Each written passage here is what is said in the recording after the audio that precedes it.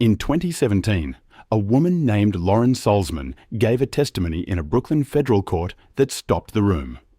She had a degree from Ivy League adjacent schools.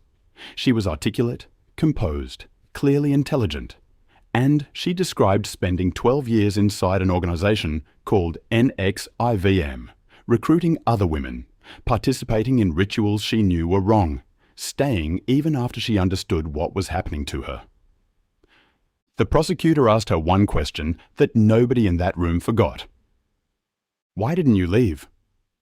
She paused, and then she said she didn't know how. Lauren Salzman was not unstable. She was not uneducated. She was not the kind of person any of us pictures when we hear the word cult. And that is exactly the problem. Because the picture in your head, the desperate, isolated, intellectually fragile person who gets taken in by a charismatic leader, is not who cults actually recruit. It never was. Here's who they actually look for. Psychologist and cult researcher Margaret Singer spent decades interviewing former cult members and the people who recruited them. What she found was consistent across groups, across decades, across countries. Cults don't target the broken. They target people in transition. A new city, a recent breakup, a graduation, a divorce, a death. A moment when the structure of your life is temporarily open and you're actively looking for something to step into. That describes, at some point, every person alive. The recruitment doesn't announce itself. Nobody walks up to you and says, "Join our cult." What actually happens is something that feels, at the time, like the opposite of manipulation. Psychologists call it love bombing. The new person, you, is surrounded by warmth, attention, and genuine seeming connection from the first contact. People remember your name. They ask about your life. They laugh at your jokes. They make you feel, almost immediately, like you've found a community that truly sees you. This isn't accidental. It's structured. And it works because it's targeting something real. The need to belong is not a weakness. It's one of the most fundamental drives in human psychology. Researchers at Purdue University found that social rejection activates the same neural pathways as physical pain. The brain processes being left out the same way it processes being hurt.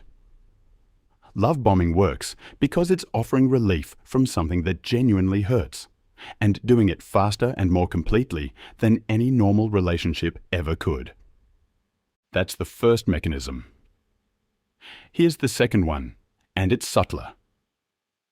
In 1966, psychologists Jonathan Friedman and Scott Fraser knocked on doors in a California neighborhood and asked homeowners to display a small sign in their window that said, "Drive carefully."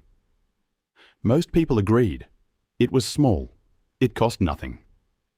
A few weeks later, a different researcher came back and asked those same homeowners to allow a large, ugly billboard to be installed in their front yard with the same message.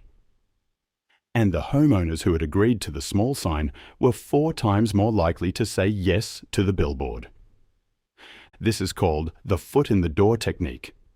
Small commitments change how people see themselves. Once you've agreed to something, even something minor, your brain begins constructing an identity around that agreement. You're the kind of person who said yes, and the next ask, slightly larger, fits that identity, and the next one, and the next one, until you're 12 years in, and the asks have become unrecognizable from where they started, and the gap between where you are and where you entered is too large to fully process. Every former cult member describes the same thing. They didn't wake up one morning and join a cult. They took one small step, then another, then another. The cult was already behind them before they knew it existed. But here's where it gets impossible to look away from. Robert Lifton, a psychiatrist who studied thought reform at Harvard, identified something he called milieu control, the deliberate management of a person's social environment. Once someone is embedded in a group, the group begins shaping what information reaches them, who they spend time with, and how they interpret their own doubts. Outside relationships slowly erode, not through force usually, but through time and priority. The group needs more of you. Your old friends don't understand what you're part of. The distance grows gradually enough that it doesn't feel like isolation while it's happening. And then the information narrows. Questions get answered with doctrine. Doubts get reframed as personal failures. Evidence that you need more work, more commitment, not less. The language inside the group starts to diverge from language outside it. New vocabulary, new frameworks, new ways of describing the world that only make sense from inside. Linguist George Orwell understood this before the psychology caught up. Control the words someone uses to think, and you begin to shape the thoughts themselves. By this point, something called cognitive dissonance has set in.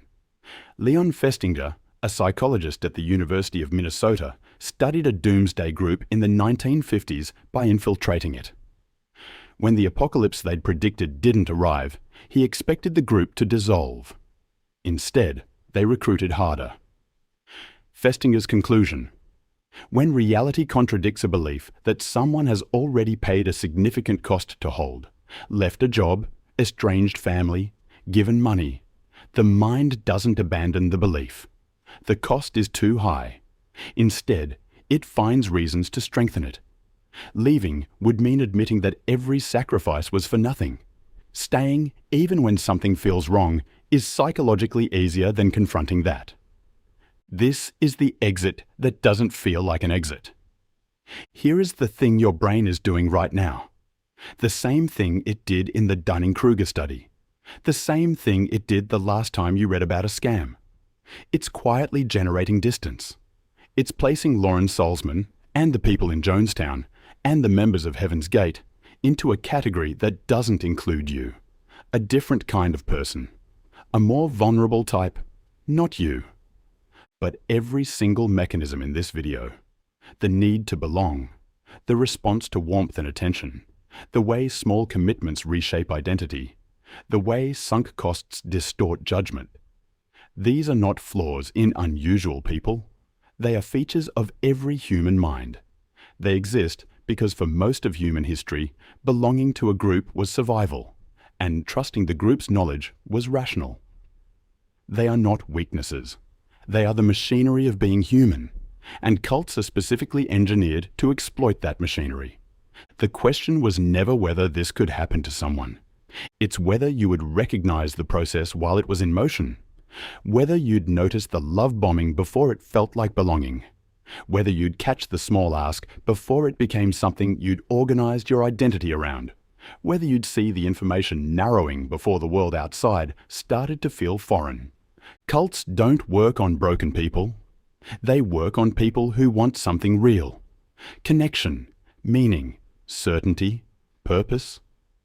Things every person alive is looking for. The only difference between the person who gets pulled in and the person who doesn't is almost never strength of character. It's usually just timing and the absence of someone in their life who noticed first.